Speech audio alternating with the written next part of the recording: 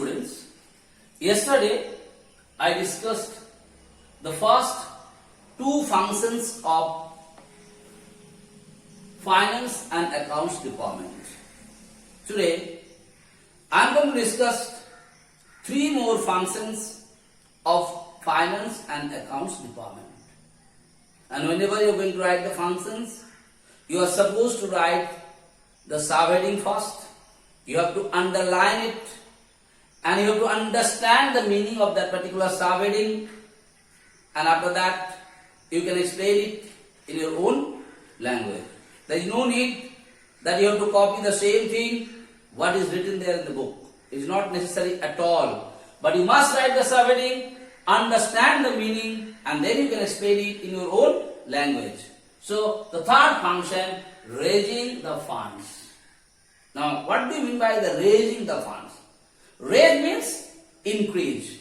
Fund means here the money or the capital. So raising the funds. So one of the duty or the functions of finance and accounts department is to raise the funds. Now the question arises, why the raising of funds is necessary for an organization or a firm? Because without raising the funds,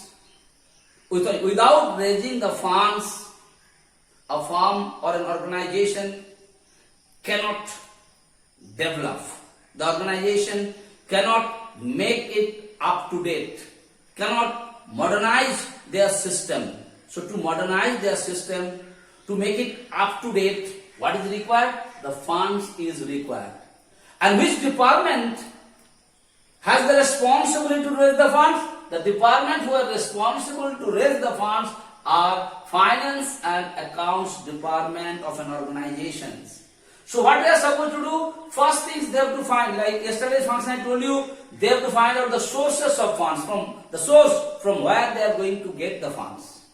And once you find out the sources, what is the duty of finance and accounts department? Go to that particular source, and from that source you have to do what? You have to raise the fund, you have to increase the fund, you have to collect the funds from that particular sources. That is one of the functions of finance and accounts department. Like, if I tell you, if I give an example, like whenever you are going to do any functions or any program in a locality, first you must have done an estimate. What estimates you do? How much money is required to fulfill these particular functions. Okay? Now what you do here? After finalizing the how much money is required, how much funds is required, what do? You find out the sources. कहाँ से पैसा मिलेगा? Okay? कितना हम लोग का donation में आएगा? किस आदमी से कितना पैसा लेना है? Are you finding out the sources or not? And after finding out the sources, you are not sleeping. What are you doing? You are going to those particular source. Like you must have said, let us go to the coalfield area. Let us go to the railway station area. Let us go to that particular area to collect the money from those particular people, those who are living in that particular area. So first you found out what? The sources. From which all pockets you are going to collect the money. And after finding the source, what are you going to do? You are in duty to raise the funds. You go collect from them. Why doing it? Because you are raising it. Might be last year, Durga Puja time, your collection was 500 rupees. Now what is your aim this year? Your aim, how to raise the funds. Okay, where to go to raise? This is what is called raising the funds. So here I have written it. After the sources of funds are decided, sources I told you, steps are taken to collect the necessary funds. Okay, you have to go to them, motivate them, explain them why the funds is required, why more funds is required. By the help of these business firms, increase their capital or funds. What they increase? They increase their capital. Next coming, investment of funds or effective utilization of funds. That's very important. You collect the funds. After collecting the funds, where it has to be used, the funds has to be used as per the necessary. You cannot waste the funds. So this is also the duty of finance and accounts department. Whatever funds are there with you, where you are supposed to use the funds, you have to see effective use, no wastage should be there.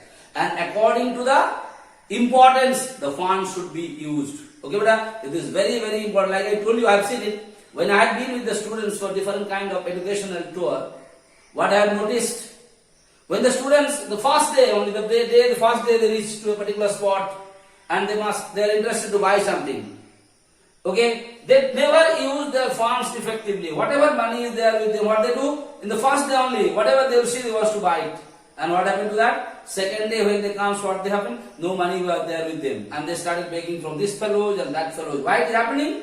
Because they don't know the effective use of the funds. Similarly, like yesterday I told you an example, you are having only 500 rupees with you. You have 4-5 works are there. Number 1, you have to buy the books.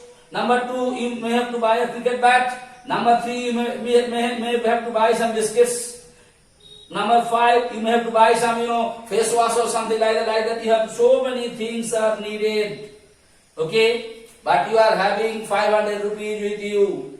Now when your funds is limited, where you are going to invest the funds or use the fund first, that decision you have to take yourself according to the importance of the work or not. Like here, you have to buy the books, you have to buy a cricket bat, you have to buy some medicines, you have to buy, I am telling you, face wash and all. Which is most important for you as a students? First thing, the most important is your book. So whatever fund is there, first you must utilize the fund for the books. Second thing, you must use it for your medicine. Third thing, you go for your biscuits. And at last, face wash, because if there is face wash is there or not with you, it is not going to affect your studies, okay, or your health too much. So according to the need, you have to invest it. Similarly, in organizations also you have your funds. You have your capital, you have your money. Now, the finance and accounts department has to finalize whatever funds is there, where they have to use it first, and then second, then third, like that. This is also one of the functions of finance and accounts department, and that function is called investment of the funds. The funds what you collected, where you are going to use it or invest it. Or other way, I am writing it, effective utilization of funds. Okay. Last point for today, management of cash. Very important. What do you mean by management of cash? We understand management of cash. That's very, very important. Management. Cash means liquidity. Cash. Management. So listen to me. It's very, very important for a firm. You have to keep in your mind how much cash is incoming and how much cash is outgoing. This has to be managed properly.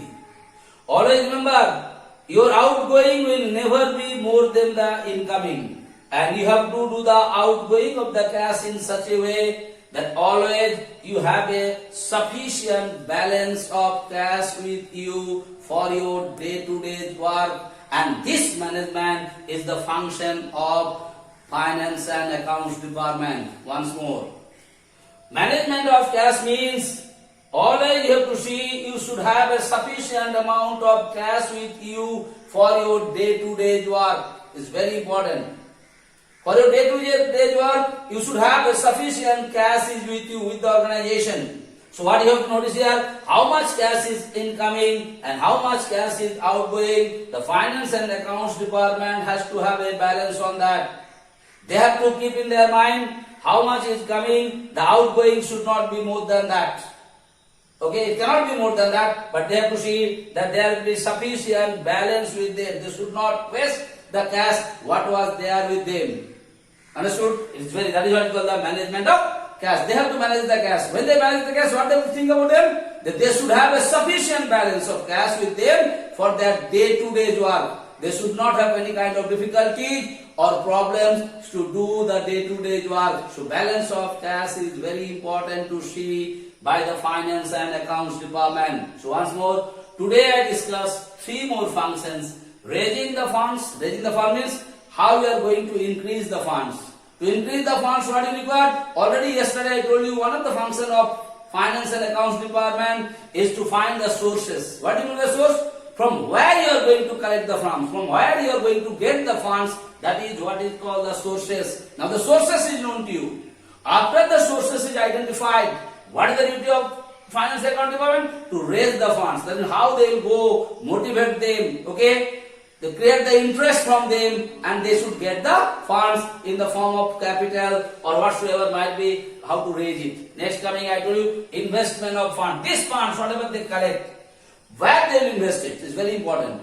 According to the importance of the work, according to the necessity of the work, you have to invest it. Like now we are having the COVID situation in our country. Like earlier, when the funds were there, it must have been sanctioned for making the roads, making the buildings or something like that. Now what the government has done, those funds, that time it was necessary to make the roads and buildings.